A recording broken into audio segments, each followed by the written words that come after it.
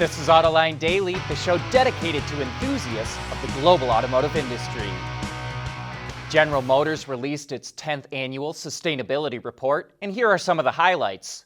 While the pandemic caused it to temporarily suspend operations, there's been no delay in its electric vehicle development, and the company is on track to introduce them as scheduled. GM's going to spend $20 billion over the next 5 years to develop those electric cars and autonomous vehicles.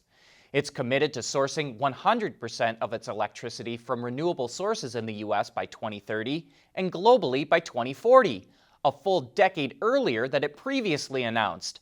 And it's increasing its efforts to 100% recycle end-of-life EV batteries, and it wants all of its vehicles to be made from at least 50% sustainable materials by 2030.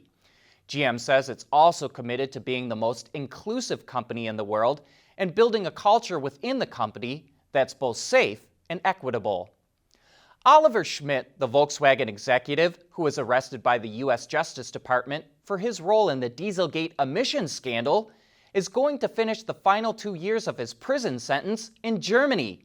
Schmidt was sentenced to 7 years in prison and has been incarcerated at a federal prison in Milan, Michigan.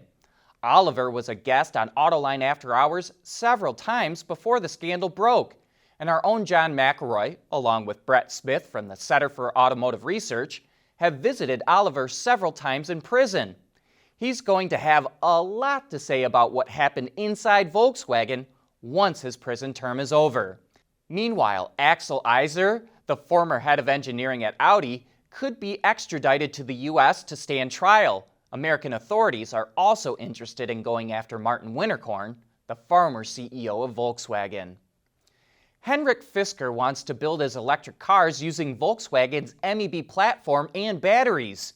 He's already unveiled several concept models, including the E-Motion, a four-door luxury sedan with a target price of $130,000, and he's shown the Ocean, which he calls a luxury SUV, but supposedly will start under $30,000.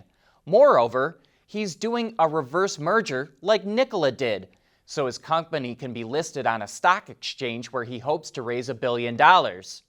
Here's our Autoline insight. We think it's going to be very difficult for Fisker to pull this off. Remember, 3 years ago, he claimed to have a breakthrough with solid-state batteries that would deliver a 500-mile range and could be recharged in just 1 minute. But now he's going with VW. That means all he's going to offer is a Volkswagen with his own body on it. As we've pointed out before, startups don't survive unless they bring new technology or different processes to the auto industry. And from the looks of it, Fisker isn't doing either.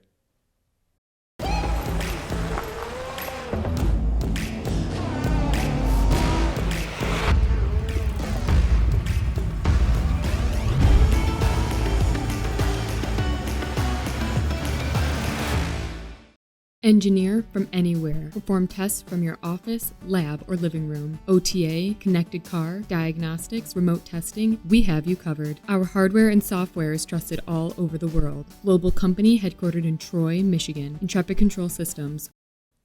The Ford Bronco made its highly anticipated return earlier this week. The company stopped producing the SUV back in 1996, and on Autoline this week, Mark Gruber, the head of marketing of the Ford Bronco, discussed why Ford decided to revive the nameplate. There's actually, I would say, since probably the late 90s, there's been a lot of attempts inside of Ford to bring Bronco back.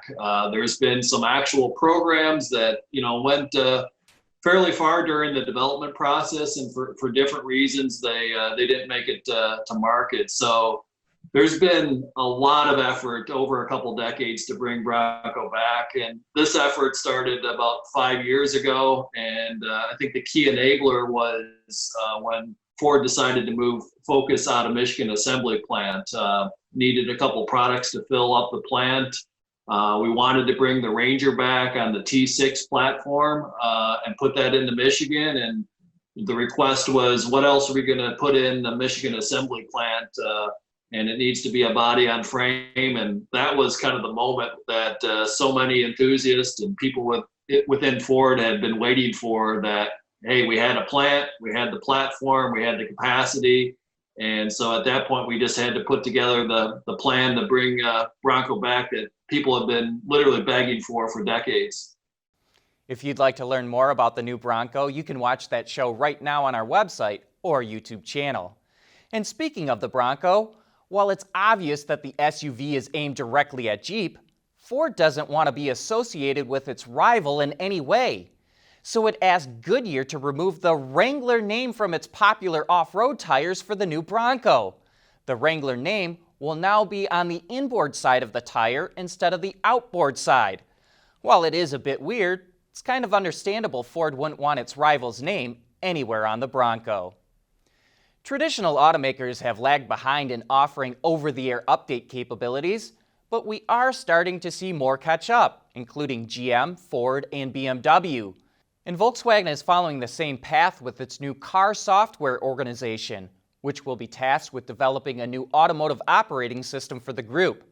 The system will combine a completely new electronics architecture with an automotive data cloud. The idea is to have common software for all of VW's brands and the markets they're offered in. It's a huge task, and VW says it's going to invest €7 billion by 2025 to make it happen.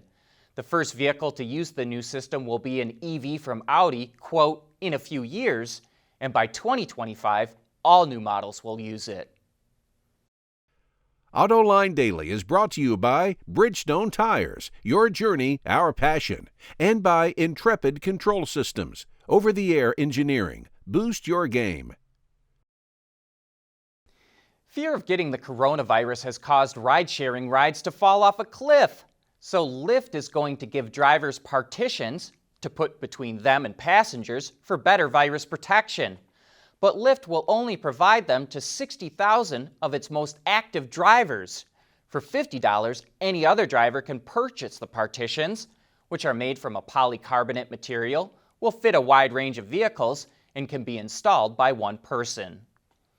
We just had the pleasure of having a Volkswagen Tiguan in the Autoline garage, and we were able to test drive the absolute top-of-the-line model, the SEL Premium R-Line. Let me translate. That means you get a Tiguan with every conceivable option that's available, and the price reflects it. The one we drove cost more than $40,400, and just to give you an idea of how much of a markup that represents, a base Tiguan starts at $25,000. There isn't anything that's particularly outstanding about the Tiguan. It's just that the total package is very well executed. The styling is quite conservative, both inside and out, but it's the kind of design that can age well. As with most of these mid-size CUVs, it's easy to get in and out of. There's plenty of room inside for most people, and there's a ton of luggage space in the back, even with the rear seats up. Personally, I'd like more power. Its 2-liter turbo produces 184 horsepower and 221 pound-feet of torque, which is sort of okay. But it has to propel over 3,800 pounds of mass.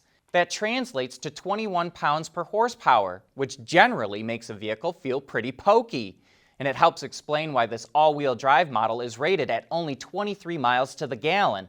That is substantially below its competitors, such as the Toyota RAV4, Honda CR-V, and Ford Escape. But thanks to good gearing and max torque that comes on at only 1,600 RPM, the Tiguan feels reasonably responsive. It also has that feeling of solidity, firm ride, and precise steering that attracts so many customers to the Volkswagen brand. From that standpoint, Volkswagen really nailed it with the Tiguan. It's the best-selling VW in the American market, easily outselling the Jetta, which used to be Volkswagen's bestseller. And before we go, let's reveal the barn find from yesterday. There were a lot of right answers, which we expected, but Nick Thomas provided some great insight, so we're going to read his comment. He says, "Okay, this is actually tougher than it seems, Sean. It's clearly a Chevy P30 step van, but is it a 1968 or a 1986? This thing made almost no changes in its existence, but let's try and narrow it down. That said, I'm fairly confident it is a 1970s model, specifically a 1971 Chevy P30 step van. The giveaway?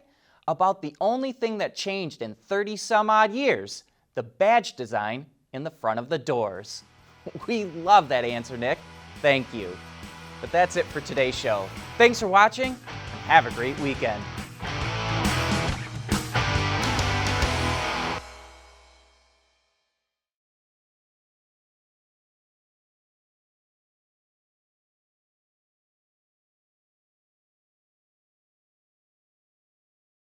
Ward's is the industry leader for news, data, and analysis. That's why companies across the globe subscribe to our premium service, maybe even your own. Log in for subscriber access now. Check your company's intranet for details, and rely on wardsauto.com to keep you informed.